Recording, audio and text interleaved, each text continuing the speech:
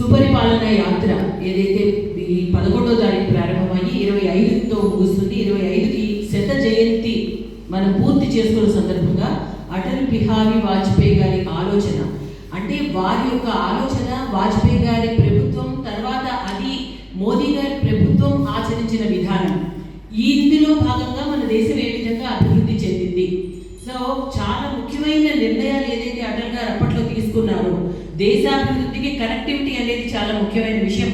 అందువల్ల golden quadrilateral అన్నది స్వర్ణ చతుర్భుజి ఏదైతే నేషనల్ హైవేస్, దానికి పిఎం గ్రామీణ సడక్ యోజన, గ్రామాల్లో కూడా రోడ్డు రవాణా బాగుండాలి, అది నేషనల్ హైవేస్ కి కనెక్టివిటీ ఏ విధంగా తీసుకున్నారు అదొకటి. అండ్ పోఖ్రాన్ అణు పరీక్షలు, ఇది అంతేకాకుండా లాహోర్ బస్ యాత్ర, కార్గిల్ యుద్ధ సమయంలో మన దేశం అంటే జవాన్లు చూపించిన ధైర్య సాహసాలు, అంటే అప్పటి నాయకత్వం వాజ్పేయి గారిది ఏ విధంగా ఉన్నది, ఇవన్నీ చూసిన తర్వాత ఇక్కడ ఉన్న నాయకత్వాన్ని గ్రహించి మొట్టమొదటిసారి 22 సంవత్సరాల తర్వాత అమెరికా అధ్యక్షుడు మొట్టమొదటిసారి మన భారతదేశానికి రావడం, అవన్నీ కూడా మోదీ గారి ఆలోచన మన దేశ ప్రజల కోసం, దేశ అభివృద్ధి, మొత్తం మన ప్రపంచంలో మన దేశం అగ్రగామిగా ఏ విధంగా ఉండాలి అన్నది ప్రతి ఆలోచన ఈరోజు వాజ్పేయి గారు వేసిన పునాది.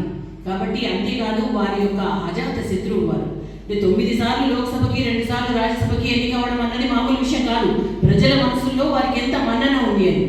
ఈసారి వారి యాత్ర జరుపుతున్న సందర్భంలో ఇది కూటమి ప్రభుత్వం, ఇక్కడున్న భారతీయ జనతా పార్టీ, తెలుగుదేశం, జనసేన కలిపి చేస్తున్న సందర్భంలో మా రాష్ట్ర అధ్యక్షుడు పివిఎన్ మాధవ్ గారు చంద్రబాబు నాయుడు గారి దగ్గరికి వెళ్ళి ఈ విధంగా చేస్తున్నామని చెప్పగానే చంద్రబాబు నాయుడు గారు చాలా సుముఖంగా మాట్లాడి, మనకి అటల్ బిహారీ వాజ్పేయి గారు అంటే మనకి రాజకీయంలో భీష్మ పితామహులు వంటి వారు, వారిది చాలా ఆచరణీయం వారి ప్రతి ఒక్క విషయము కూడా, కాబట్టి చాలా తప్పకుండా చేయండి అని చెప్పి వారు ఇమ్మీడియట్గా అన్ని జిల్లాలలో టీడీపీకి, జనసేనకి సంబంధించిన వాళ్ళందరికీ కూడా ఇంటిమేట్ చేయడం, అంతేకాకుండా టీడీపీ మంత్రులకి, ఎమ్మెల్యేలతో కూడా వారు టెలికాన్ఫరెన్స్లో మీరు తప్పకుండా మీరందరూ కూడా పాల్గొనాలి, ఇది మన అందరం కలిసికట్టుగా చేయాల్సిన విషయం అని చెప్పి.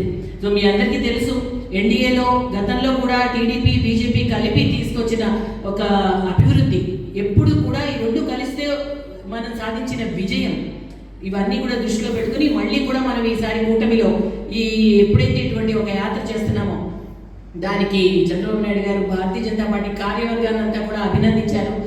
ఇది ఏంటంటే ఈ యొక్క కార్యక్రమానికి పవన్ కళ్యాణ్ గారు, చంద్రబాబు నాయుడు గారు అందరూ కూడా రావడం జరుగుతుంది.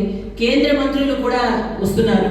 ఇప్పుడే మా జిల్లా అధ్యక్షులు పరశురామరాజు గారు చెప్పినట్టుగా ఈ యాత్ర అంతా కూడా క్లియర్గా వారు కూడా చెప్పడం జరిగింది. మనకి ఉత్తరాంధ్రకి మనకి 19 నుంచి మొదలుపెట్టి విశాఖలో 20వ తారీఖు డిసెంబర్ 20 ఉదయం ఇక్కడ మనకి ఒక మంచి ప్లేస్ కూడా నిర్ణయించడం జరిగింది.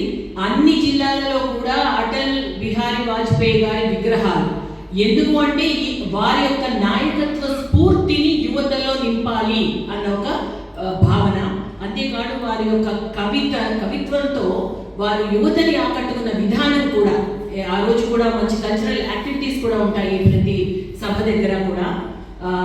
ఎక్కడ చూసినా ప్రజలందరూ కూడా అవును ప్రతి జిల్లాలోనూ అటల్ బిహారీ వాజ్పేయి గారి విగ్రహం ఉండాలి, ఆ విగ్రహం సందర్శనార్థం వచ్చే స్ఫూర్తి చాలా ముఖ్యమని చెప్పి కూడా వాళ్ళన్నీ కూడా తెలియజేయడం జరిగింది. కాబట్టి మనకి ఈరోజు ఈ ఉత్తరాంధ్ర ఏంటి, అటు అమరావతి రాజధాని ఏరియా అండ్ అదే కాకుండా రాయలసీమ, ఇంతే ఒక డెవలప్మెంట్. మీ అందరికీ తెలుసు మోదీ గారు కేంద్ర ప్రభుత్వ సహాయ సహకారాలతో ఆంధ్రప్రదేశ్ ఈ మధ్య ఎంత అద్భుతంగా అభివృద్ధి చెందుతుంది అని 10 లక్షల కోట్ల పెట్టుబడులు ఇప్పటికీ కూడా మనకి ఇక్కడ ఆంధ్రప్రదేశ్కి రావడం జరిగింది. ఇక్కడ గూగుల్ వంటి ఒక అతిపెద్ద దిగ్గజ సంస్థలు వస్తున్నాయి.